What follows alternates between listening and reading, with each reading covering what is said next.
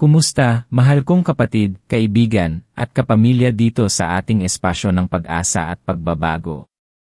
Ako ang iyong kasama sa paglalakbay na ito, at ngayong araw, may isang mahalagang, isang nakakapagpabagong mensahe akong ibabahagi sa iyo. Narinig mo na ba ang pakiramdam na parang nakatali ka, na parang ang iyong buhay ay puno ng mga buhol na hindi mo kayang kalagan mag-isa? Ang mga buhol na tila humahadlang sa iyong pag-usad, pumipigil sa iyong kaligayahan, at nagdudulot ng matinding pagkabahala at kawalan ng pag-asa. Maaaring ito ay problema sa pamilya, matinding pagkalugi, karamdaman na hindi mo maintindihan, o isang matagal nang hinahanap na sagot sa mga panalangin. Kung ramdam mo yan sa puso mo, kung umiiral sa isip mo ang mga mahihirap na kaso na ito, kung naniniwala kang may mas malalim na kahulugan ang lahat ng ito, kung nararamdaman mo na may mas malaking kapangyarihan ang makakatulong sa iyo, kung ang iyong espiritu ay naghahanap ng kasagutan at kalayaan, kung ang iyong kaluluwa ay uhaw sa kapayapaan at himala, kung ang iyong puso ay nagnanais ng isang dakilang himalang dasal, kung ang iyong diwa ay naghahanap ng koneksyon sa isang kapangyarihan na kayang kalagan ng lahat, kung sa kaibuturan ng iyong pagkatao ay may kurot na nagsasabing, Ekinewein, naniniwala ako na hindi aksidente ang pagpunta mo rito. Ikaw ay narito para sa isang malalim na pagbabago, isang nakakapagpabagong karanasan na magbubukas sa iyong mga mata at puso sa isang katotohanan na kayang baguhin ang lahat. Ang unang kailangan mong malaman, ang sikreto na madalas nating makaligtaan sa gitna ng ating pagkalito at kirot, ay ito, hindi ali nag-iisa. At higit sa lahat, hindi ali walang kasama sa labang ito. May isang kapangyarihang mas mataas, isang mapagmahal na ina, na handang-handa, palaging nakabantay, at naghihintay lang ng iyong tawag upang kalagan ang lahat ng buhol sa iyong buhay. Ang ating Birhen Maria, ang ina ng ating Panginoon, ang Birhen Maria na kinakalag ang lahat ng buhol. Dehins ka maniwala. Marahil sasabihin mo, ang dami ko nang dinasal, ang dami ko nang ginawa, pero bakit parang wala pa rin? O baka naman, imposible na yan, masyado nang magulo ang sitwasyon ko. Alam ko ang pakiramdam na yan. Ako mismo, at marami sa ating mga kapatid, ay dumaan na sa ganoong pagsubok. Pero dito, ngayon, sa video na ito, ibabahagi ko sa iyo ang isang dasal na hindi lamang puro salita, kundi isang dasal na may kasamang matinding pananampalataya, isang pag-unawa sa iyong papel at sa papel ng mahal na birhen, at isang malalim na koneksyon na kayang gumawa ng mga himala sa pinakamahirap mong kaso. Ito ang himalang dasal na tutulong sa iyo na maranasan ang tunay na kapangyarihan ng pananampalataya, at ang hindi matatawarang pagmamahal ng ating ina. Kaya't manatili ka, huminga ka ng malalim, buksan mo ang iyong puso at isip, dahil ang mga susunod na minuto ay maaaring maging simula ng iyong pinakahihintay na pagbabago. Simulan na natin. Ang buhay, aking kaibigan, ay parang isang mahabang tali. Sa simula, makinis, malinis, puno ng pag-asa. Pero habang lumilipas ang panahon, habang nakakasalamuha tayo sa iba't ibang tao, habang nahaharap tayo sa mga pagsubok, habang nagkakamali tayo, habang tayo ay nasasaktan, habang tayo ay nagkakasala, unti-unting nabubuo ang mga buhol. Maliit muna, tapos palaki ng palaki, hanggang sa minsan, maramdaman natin na halos hindi na natin makita ang dulo ng tali, puro na lang buhol. Ito ang mga mahihirap na kaso na tinutukoy natin. Ano-ano ba ang mga buhol na ito? May buhol sa relasyon. Ito ang buhol ng hindi pagkakaunawaan sa pagitan ng mag-asawa, ng magulang at anak, ng magkapatid, o maging sa kaibigan. Ito ang buhol ng galit, ng sama ng loob, ng kapatawaran na hindi maibigay. Ang buhol na nagtatali sa dalawang puso na dati nagmamahalan, ngayon ay nagkakalayo. Maaaring mayroon kang buhol ng pagtataksil, ng pagmamalabis, ng pang-aabuso, ng salitang binitawan na hindi na mabawi. At ito, aking kapatid, ay masakit. Masakit. May buhol sa pinansyal. Ito ang buhol ng utang na hindi na mabayaran, ng kawalan ng trabaho, ng negosyong nalugi, ng pamilyang hindi mo masuportahan. Ito ang buhol ng takot na baka hindi ka na makabangon, na baka habang buhay kang mamuhay sa kakulangan. Ang buhol na nagpaparamdam sa iyo na wala kang kakayahang umasenso, na lagi ka na lang sa ibaba. Ang buhol ng pagkabahala tuwing sasapit ang araw ng bayaran, tuwing may biglang gastos na hindi inaasahan. Ito ang buhol na nagtatali sa iyong kalayaan, sa iyong dignidad. May buhol sa kalusugan. Ito ang buhol ng karamdaman na hindi maintindihan, ng sakit na matagal nang pinapasan, ng kawalan ng sigla sa katawan. Ito ang buhol ng takot sa kamatayan, ng pag-aalala para sa mga mahal sa buhay na may sakit. Ang buhol na nagpaparamdam sa iyo na mahina ka, na kontrolado ka ng iyong katawan, na hindi ka na makakabalik sa dating lakas at sigla.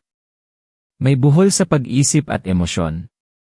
Ito ang buhol ng labis na pagkabahala, ng depresyon na tila walang katapusan, ng mga takot na walang basehan, ng mga adiksyon na hindi mo kayang pakawalan. Ito ang buhol ng nakaraan na patuloy na bumabagabag sa iyo, ng mga trauma na hindi mo kayang kalimutan. Ang buhol na nagtatali sa iyong isip, na nagpaparamdam sa iyo na hindi ka karapat-dapat sa kaligayahan, na puno ka ng duda sa iyong sarili. At may buhol sa espiritual. Ito ang buhol ng pagdududa sa Diyos, ng pananampalataya na tila nanghihina, ng kasalanan na patuloy na bumabalik. Ito ang buhol ng galit sa Diyos dahil sa mga pagsubok na naranasan mo ng kawalan ng pag-asa sa kanyang awa. Ang buhol na naghihiwalay sa iyo sa iyong lumikha, na nagpaparamdam sa iyo na hindi ka minamahal, na nakalimutan ka. Ang mga buhol na ito, mahal kong kaibigan, ay tunay. Masakit. Mabigat. Nakakapagod. At ang mas masakit pa, minsan nararamdaman natin na walang sino man ang makakaintindi, walang sino man ang makakatulong. Para tayong nasa isang malalim na balon, at hindi natin alam kung paano tayo makakaahon. Marahil ngayon, habang sinasabi ko ito, mayroon kang naiisip na isa o dalawang buhol na bumabagabag sa iyo, isang mahirap na kaso na nagpapahirap sa iyong kalooban. Naramdaman mo ba? Naramdaman mo ba ang kirot, ang bigat? Normal lang yan. At ito ang unang hakbang sa pagkalad, ang pagkilala. Ang pagkilala na may buhol at ang pagkilala na kailangan mo ng tulong. Pero narito ang magandang balita, ang napakagandang balita, ang liwanag sa dulo ng iyong lagusan, mayroong isang napakagandang dasal, isang matinding pananalig, at isang ina na nakapaloob sa banal na kasulatan at mga tradisyon na may kapangyarihang kalagan ang lahat ng buhol na ito. Siya ang Birhen Maria, ang tagakalag ng mga buhol. Malamang narinig mo na ang debosyon na ito o marahil ngayon mo lang narinig. Hindi mahalaga. Ang mahalaga ay ang kanyang kapangyarihan at ang iyong pananampalataya. Ang debosyon kay Maria, tagakalag ng mga buhol o Our Lady Andor of Knots sa Ingles, ay nagsimula sa isang napaka-personal at makasaysayang pangyayari. May isang mayamang pamilya noong ika-17 siglo sa Alemanya, sina Wolfgang at Sophie Langenmantel. Ang kanilang kasal ay puno ng matinding pagsubok, puno ng mga buhol ng pagdududa, ng selos, ng hindi pagkakaunawaan, at ng pagtataksil. Naging napakalungkot ng kanilang pagsasama, at nasa bingit na ng paghihiwalay. Sa kanilang matinding desperasyon, humingi sila ng tulong sa isang paring Jesuit na si Padre Jacob Rem. Sa loob ng halos isang buwan, buong puso silang nanalangin. Isang araw, sa kanilang huling pagpupulong, kinuha ni Wolfgang ang kanyang laso ng kasal, ang laso na ginamit para itali ang kanilang mga kamay sa kanilang kasal, isang simbolismo ng kanilang pagbubuklod. Nakatali rito ang napakaraming buhol na kumakatawan sa bawat problema at pagsubok sa kanilang relasyon. Iniabot niya ito kay Padre Rem. Habang hawak ng pari ang laso, itinataas niya ito sa imahe ng mahal na birhen, at buong pananampalataya siyang nanalangin para kalagan ang bawat buhol. Habang siya ay nagdarasal, isang himala ang nangyari. Ang mga buhol isa-isa ay kusa mismong kumalas. At ang laso, na dating gusot at puno ng buhol, ay unti-unting naging makinis, malinis, at bumagsak na parang nyebe. Sa sandaling iyon, ang kanilang kasal ay naisalba, at ang kanilang relasyon ay nakalag mula sa lahat ng buhol. Mula noon, ang debosyon na ito ay lumaganap, na nagbibigay ng pag-asa sa milyon-milyong tao sa buong mundo. Bakit nga ba si Birhen Maria? Bakit siya ang tagakalag ng mga buhol?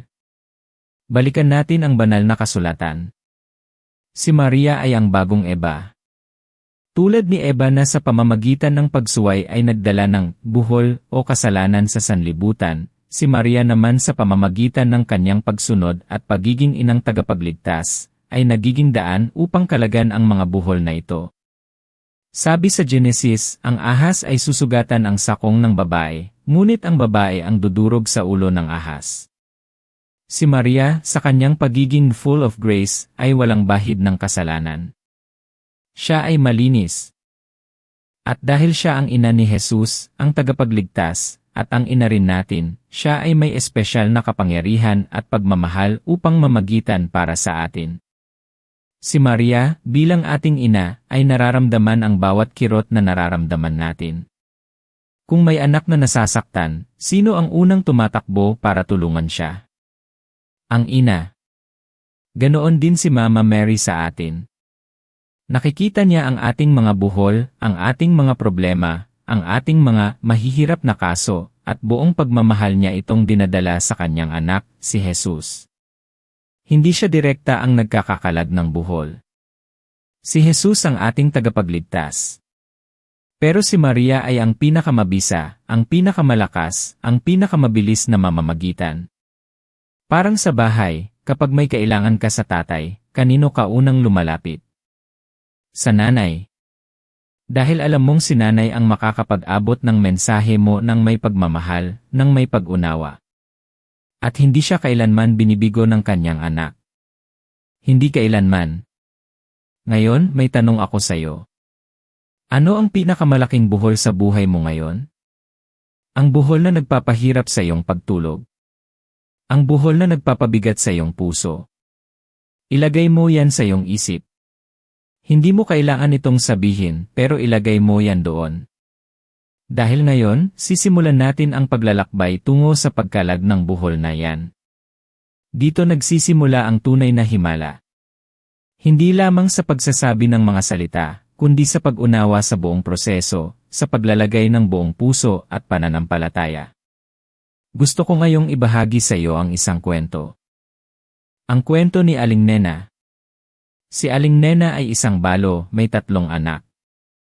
Matagal na niyang pinapasan ang buhol ng matinding utang. Nang namatay ang kanyang asawa, nabaon sila sa mga gastusin sa ospital at libing. Naisip niya na wala na siyang pag-asa. Nawalan siya ng trabaho dahil sa pandemya. Ang kanyang mga anak ay nagugutom. Nagkasakit ang bunsong anak niya. Sunod-sunod. Lahat ng buhol dumating ng sabay-sabay. Isang araw, habang umiiyak siya sa harap ng altar sa kanilang munting bahay, nakita niya ang isang lumang rosaryo na bigay ng kanyang ina. Nagsimula siyang magdasal. Hindi lang siya nagdarasal, kundi buong puso niyang kinausap si Mama Mary. Mama Mary, sabi niya, hindi ko na po kaya. Hindi ko na po alam ang gagawin. Ginawa ko na po ang lahat, pero bakit parang hindi pa rin po sapat? Parang ang dami-dami kong buhol na hindi ko po kayang kalagan. Kung totoo po ang lahat ng sinasabi tungkol sa inyo, tulungan niyo po ako. Kalagan niyo po ang buhol ng aming utang, ang buhol ng aking kawalan ng pag-asa, ang buhol ng aking karamdaman. Hindi po para sa akin, Mama Mary, kundi para po sa aking mga anak. Patuloy siyang nagdasal araw-araw, hindi lang sa rosaryo, kundi sa isang spesipikong novena para kay Mama Mary, tagakalag ng mga buhol. Sa bawat araw ng novena, nararamdaman niya ang kakaibang kapayapaan sa kanyang puso, kahit na ang sitwasyon niya ay hindi pa rin nagbabago. Ito ang unang palatandaan, kapatid, ang kapayapaan sa gitna ng unos. Ang kapayapaan na hindi makukuha sa material na bagay, kundi sa pagtitiwala sa Diyos at sa pamamagitan ni Mama Mary. Habang nagdarasal si Aling Nena, mayroon siyang naramdamang kurot sa kanyang puso. Ang kurot na ito ay nagtulak sa kanya na magboluntaryo sa isang outreach program sa kanilang simbahan, kahit na wala siyang pera. Naisip niya, kung hindi ko man matulungan ang aking sarili, marahil matulungan ko ang iba. Isang buhol ang kanyang kalagan, ang buhol ng pagiging nakasentro sa sarili, ang buhol ng kawalan ng galaw. Sa pagtulong sa iba, kahit sa maliit na paraan, nagbukas ang bagong pinto para sa kanya. Doon niya nakilala ang isang opisyal ng gobyerno na naghahanap ng mapagkakatiwalaang tao para sa isang proyekto. Dahil sa kanyang sipag at tapat na paglilingkod, inalok siya ng trabaho. Isang buhol ang nakalad, ang buhol ng kawalan ng trabaho. Sa kanyang bagong trabaho, dahan-dahan niyang nabayaran ang kanyang mga utang.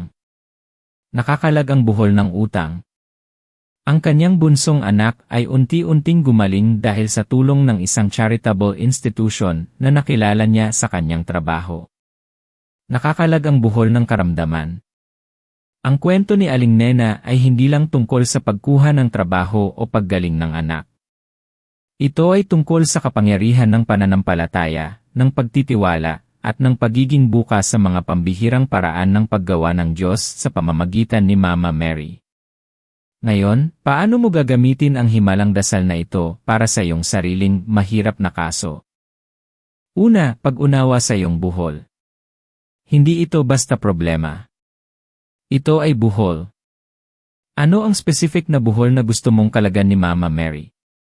Huwag mo itong tingnan bilang isang malaking, nakakatakot na problema na walang solusyon. Tingnan mo ito bilang isang gusot na tali na kayang kalagan. Mas detalyado ka sa iyong pagkilala, mas madali mong maihahayag ito kay Mama Mary. Pangalawa, ang nobena sa Birhen Maria, tagakalag ng mga buhol. Ito ay isang 9 na araw na panalangin. Bakit 9 na araw? Dahil ang 9 ay numero ng pagkumpleto sa Biblia, at ang nobena ay tradisyon na nanggaling sa mga apostols na nagdasal sa loob ng 9 na araw bago dumating ang banal na espiritu. Sa bawat araw, maglaan ka ng oras, kahit 10 minuto lang, para magdasal. Ang nobena ay karaniwang may kasamang, pagpapakumbaba at pagsisisi. Humingi ka ng kapatawaran sa Diyos para sa iyong mga kasalanan na maaaring nagpatali sa iyong buhol. Ang rosaryo. Isang napakabisang dasal na nagpapalalim ng iyong koneksyon kay Mama Mary. Habang dinarasal mo ang rosaryo, pagnilayan mo ang mga misteryo ng buhay ni Jesus at ni Maria. Sa bawat Hail Mary, isipin mo na ikinakabit mo ang iyong buhol sa kanyang mga kamay. So ang spesipikong panalangin kay Maria, tagakalag ng mga buhol. Mayroong formal na panalangin para dito na madali mong mahahanap online. Pero mas importante pa sa mga formal na salita, ay ang pag-uusap mo kay Mama Mary na parang kinakausap mo ang iyong sariling ina. Ikaw mismo ang magpapaliwanag ng iyong buhol sa kanya. Sabihin mo ang nararamdaman mo. Sabihin mo ang iyong takot, ang iyong kawalan ng pag-asa. Sabihin mo ang iyong pagnanais. Sa pagmumuni-muni. Pagkatapos ng dasal, manahimik ka sandali. Pakinggan mo ang tahimik na boses ng iyong puso. Ano ang sinasabi ni Mama Mary sa iyo? Ano ang ipinapakita niyang daan? Ikatlo, ang pagtalaga ng buhol. Habang dinadasal mo ito, isipin mo na kinukuha mo ang iyong buhol, ang iyong mahirap na kaso, at iniabot mo ito kay Mama Mary. Visualize mo na ito ay isang makapal na tali na puno ng buhol, at iniabot mo ito sa kanya. Makita mo sa iyong isip ang kanyang mga kamay na dahan-dahang kinakalagan ang bawat buhol, na unti-unting nagiging maluwag ang tali, hanggang sa ito ay tuluyan ng kumalas. Huwag kang mag-alinlangan. Maniwala ka na ginagawa niya ito para sa iyo. Ang biswalisasyon ay napakalakas, at ito ay nagpapalalim sa iyong pananampalataya. Ika-4, ang iyong papel sa pagkalag ng buhol. Hindi lang puro dasal. May papel ka rin. Tulad ni Aling Nena na nagboluntaryo, kailangan mo ring kumilos. Maaaring ang buhol mo ay ang iyong pagiging tamad.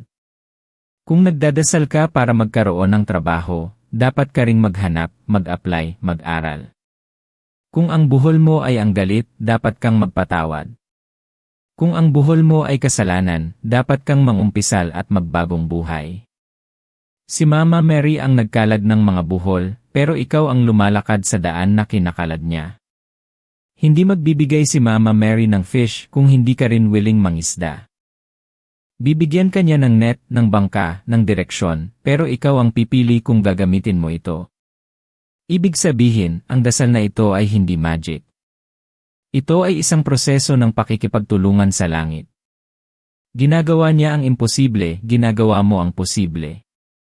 Ngayon, sabihin mo sa akin sa comment section kung saan ka nanonood at kung umaabot ba itong mensahe sa iyong puso.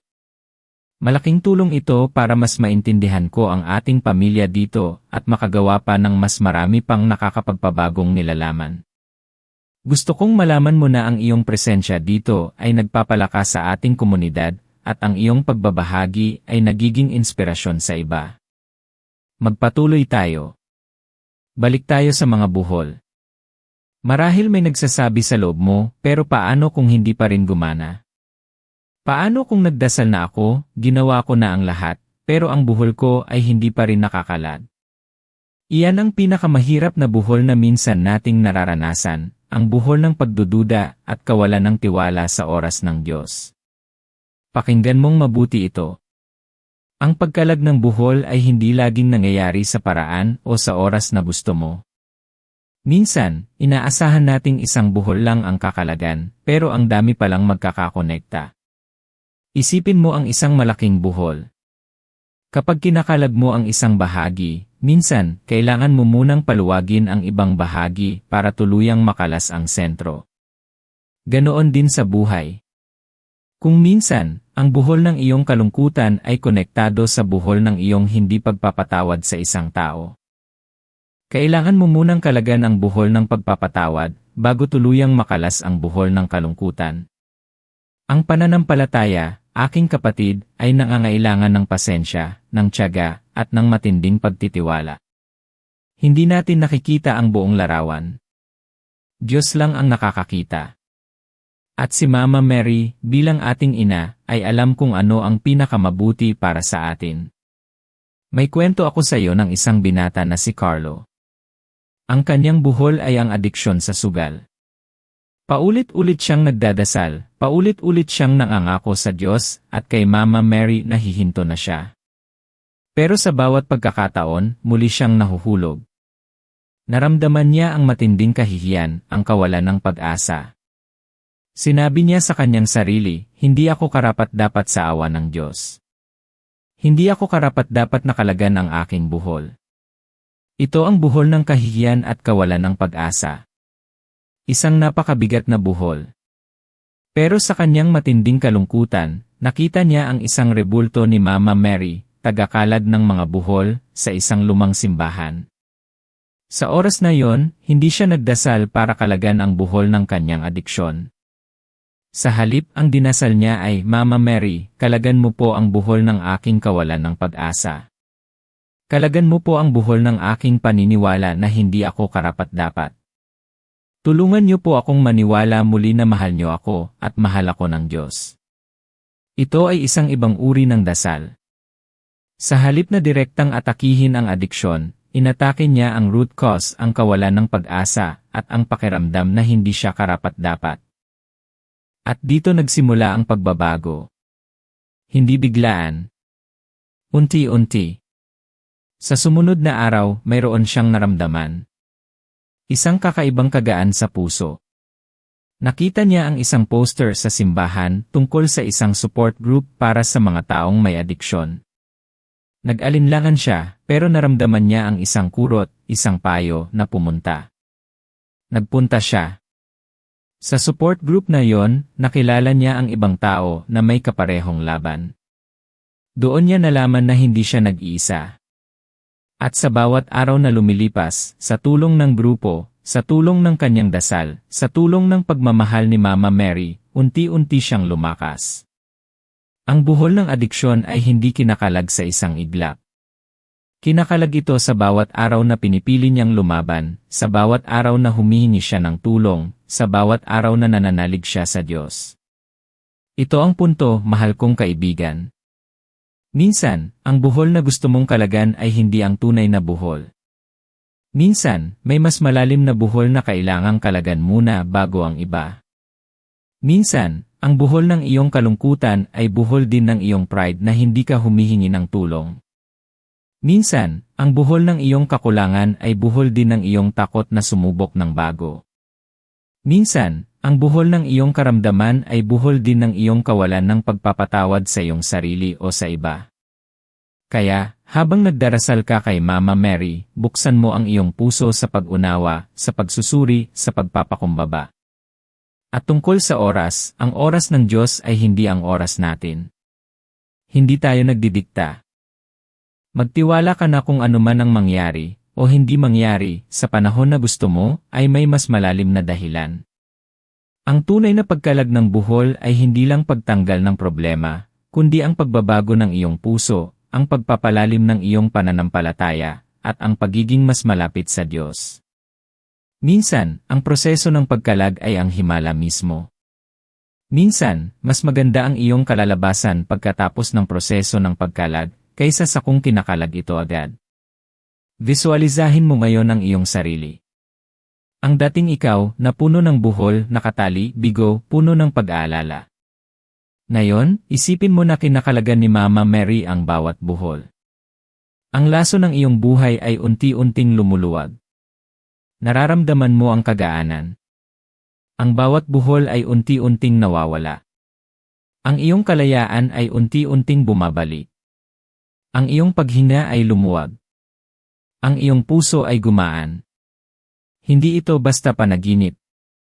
Ito ay isang pangako.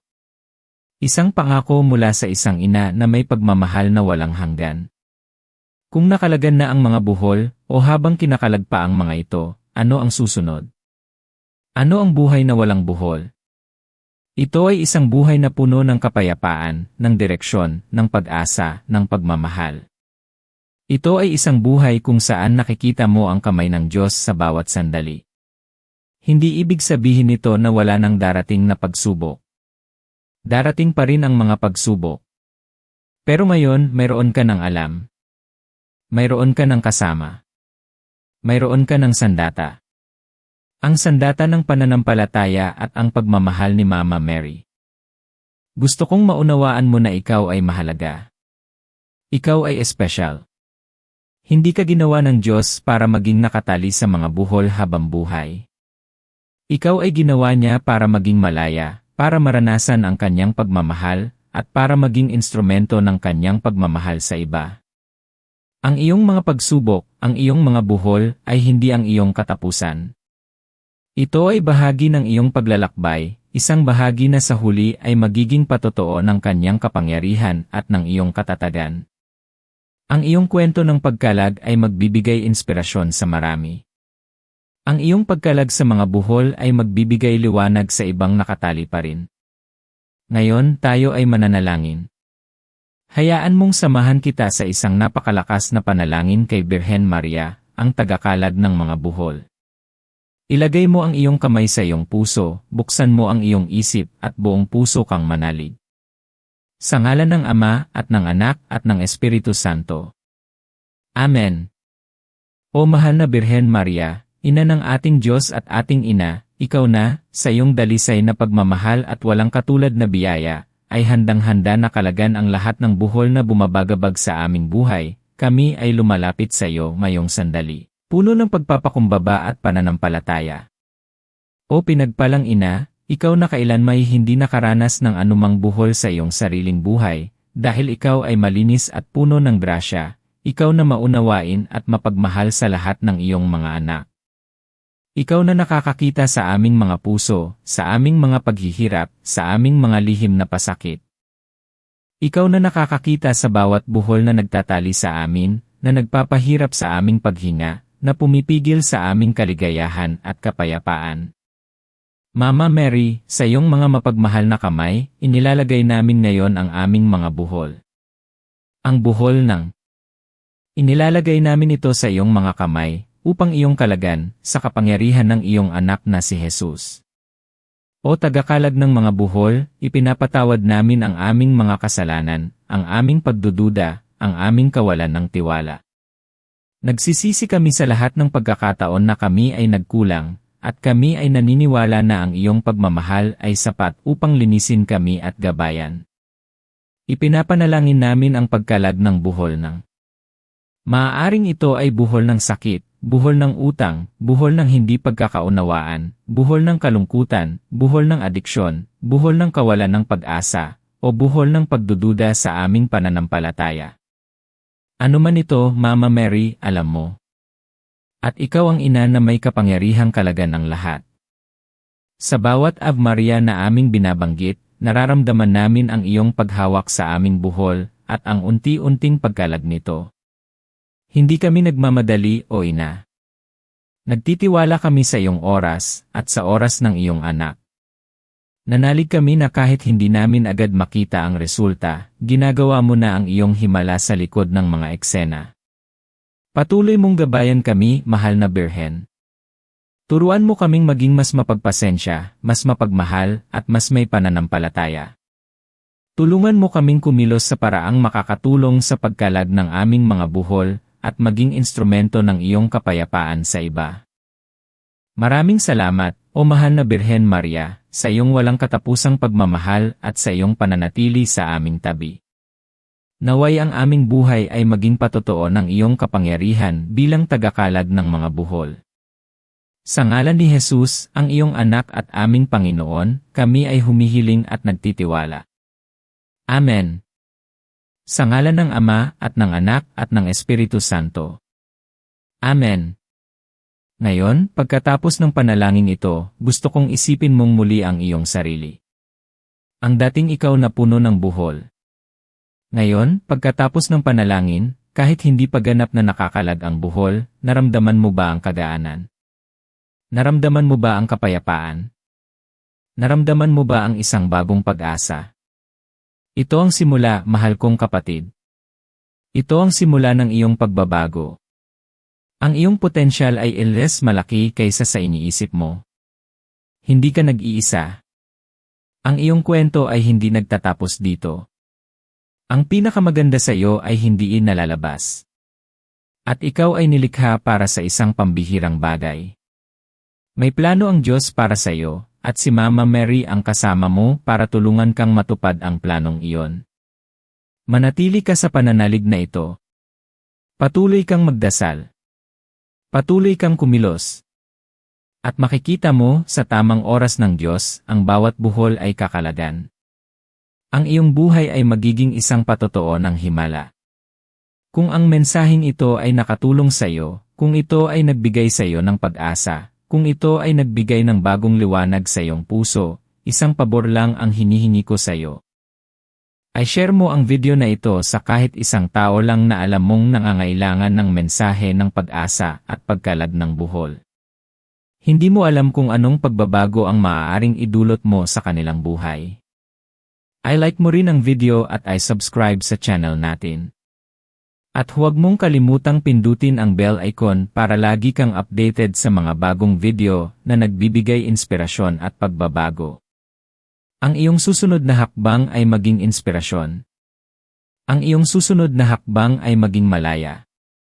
Mayroon tayong isang video na nakatuon sa paano mapapalalim ang iyong pananampalataya sa gitna ng pagsubok na perpektong karugtong ng ating usapan ngayon. Panoorin mo iyan pagkatapos nito para mas lalo pang lumalim ang iyong pag-unawa at pananampalataya. Tandaan mo, ang iyong buhay ay isang mahalagang regalo. Huwag kang magpapatalo sa mga buhol. Mayroon kang ina sa langit na nagmamahal sa iyo at handang kalagan ang lahat ng buhol. Manalig ka, kumilos ka at magtiwala ka. Maraming salamat sa pagiging bahagi ng ating pamilya dito. Hanggang sa muli, manatili kang matatag, manatili kang may pag-asa, at manatili kang pinagpala. Paalam!